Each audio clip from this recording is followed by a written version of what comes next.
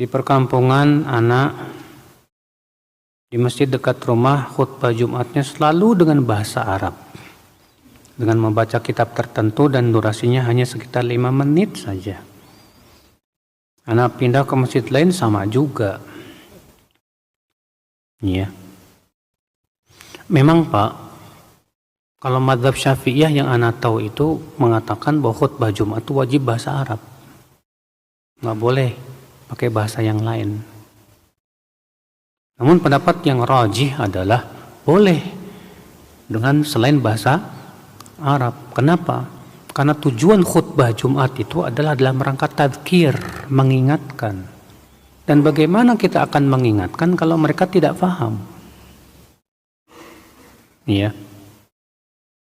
Makanya mereka-mereka yang pakai bahasa Arab, antum lihat ya Pak.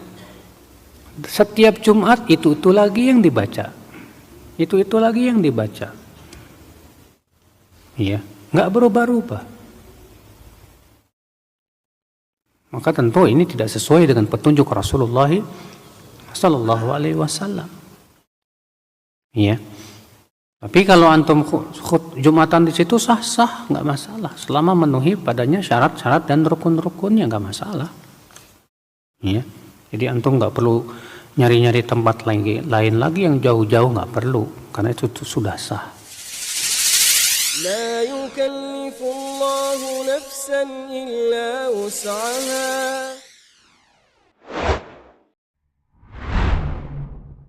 Akhi, tadi khatib Jumat bilang Maulid Nabi itu bid'ah. Soalnya nggak ada contohnya dari Nabi atau salafus soleh. Jadi jangan ikut-ikutan. Setiap bid'ah itu sesat dan tempatnya di neraka.